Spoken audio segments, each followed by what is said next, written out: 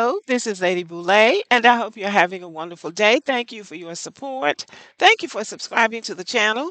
Thank you for your thumbs up, for your comments, and thank you for sharing the videos. Thank you for all you do to support the channel.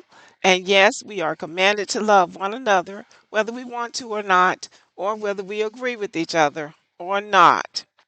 I came across this video on TikTok and I thought it was kind of funny because there's always something going on with black people and white people. Black people saying this about white people saying this about black people, white people mad about something to do with black people mad about something to do with white people. But sometimes it's just a lighthearted moment when there's nothing to be mad about and somebody says something you think, oh, okay, well, that's interesting. I never thought about it like that before. So this black woman is saying why she prefers a white boss. And I thought this was kind of amusing, so I'm going to let you listen to it and then I'm going to tell you what I think about it. If you offer me a job and I find out my manager, my direct supervisor is going to be a minority, babe, keep that DEI hire and keep that job offer too. I prefer to work under white men, okay? White, middle-aged, men with a family, AARP eligible, the ones that got the AAA, the ones that eat off the IHOP 55 plus menu, you know what I mean? The Medicare eligible ones, give me that. Give me that. Because as far as I'm concerned, the minorities, they like to make you pay back the dues that they had to pay in 1987 when they first got their job as the model minority. And they want to make sure that you have to do it too. Meanwhile, white man, he sees me, he goes, yep, let me give you this special project. What do you need? What's going to advance your career? How can I help you? None of the passive aggressiveness, none of the micromanaging, none of that extra shit, right? Give me Jim, Bob, Bill, give me that. Don't give me the minority, because as far as I'm concerned, anybody that looks like me or identifies as somebody who would be a DEI hire, as far as I'm concerned, I'm not with it. I'm not with it. Y'all got a chip on y'all shoulder that I personally do not have the brain power to deal with. So as far as I'm concerned, hand me to the nearest white man. Thank you.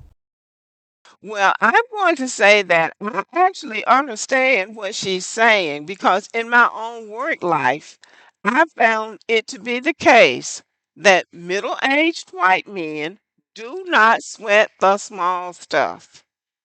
They do not sweat the small stuff. They don't do a lot of micromanaging. In my career as a school teacher, having white supervisors, white principals, they tell you in faculty meeting, you need to be on your duty post on time because you're supervising children. So if you're going to be late, you need to call a coworker or you need to let the office know that you're running late so somebody can cover that classroom. Because if something happens to one of those children, it's going to be on you.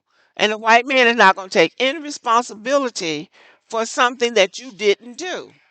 But they'll cover you if you call and tell them. They don't grab up if you come in a few minutes late, they're not going to grab up the sign-in book and run down the hall with it. And now you're already late. Now you got to run down the hall to catch up with them to sign in so they can look you in the eye to tell you you're late when you already know you're late.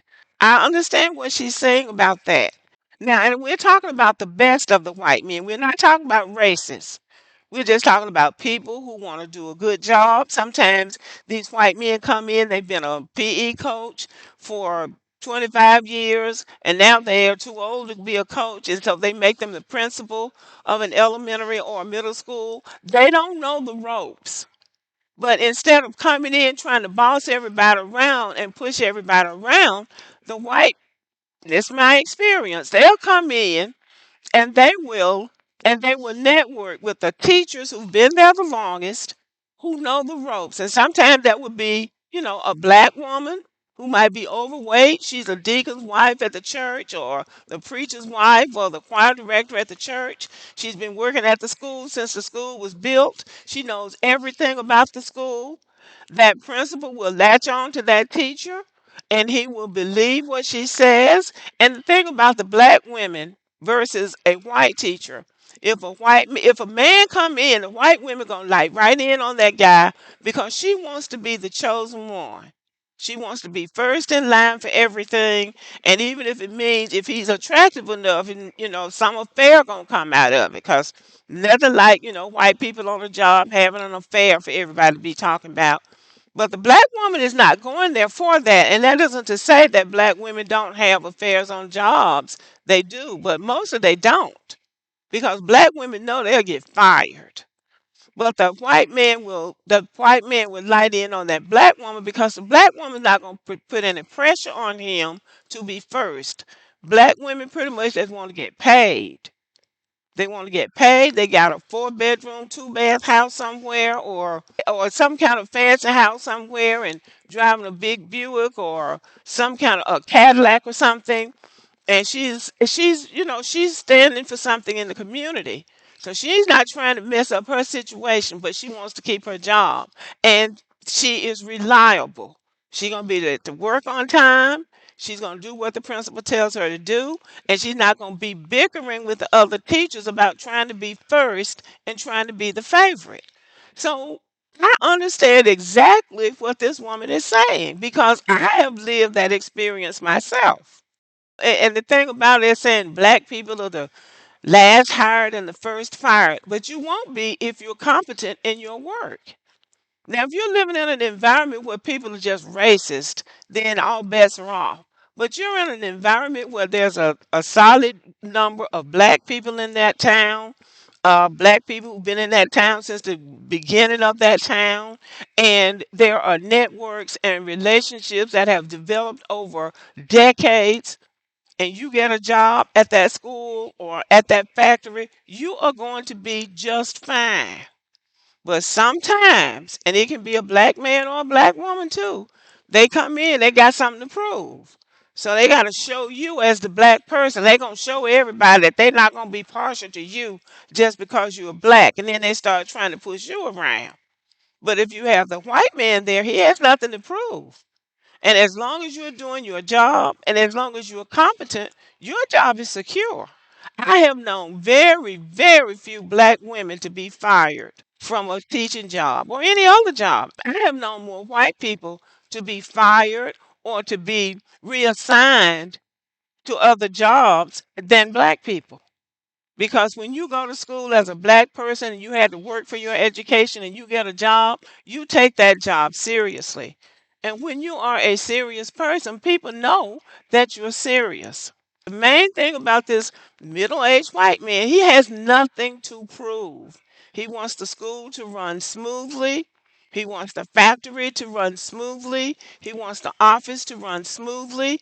And if you go up in there and do your job right, you will be just fine. Now that's my experience. So this lady just shuts it down to a calm and says, "Just give me the white man because it's going to be the least stressful in the end. It's going to be the least stressful because many black people, when they become supervisors, feel like they've got to come in and do a lot of micromanaging, and they really don't want the black person on the job to think that you're going to give them any preferential treatment." And that's even the case with the police. In most cases, I prefer to be stopped by a white policeman than a black one. Now, I don't get stopped often. I will be honest. But every time the police had stopped me and said I was speeding, I was actually speeding. In my driving life, I've been stopped, like, at least 4 times for speeding over a long period of driving. And out of those times, I prefer a white police officer stopping me because he will give you a warning. He will give you a break more so than a black one. Now that's what I have experienced. So I understand what this lady is saying, but I don't knock my black brothers and my black sisters. They have to do what they have to do to keep their jobs. But I absolutely understand what this lady is saying. Now, I want y'all to tell me what you think about this and what your experience has been as a black employee working with a white or a black person. Thank you for listening. Have a great day.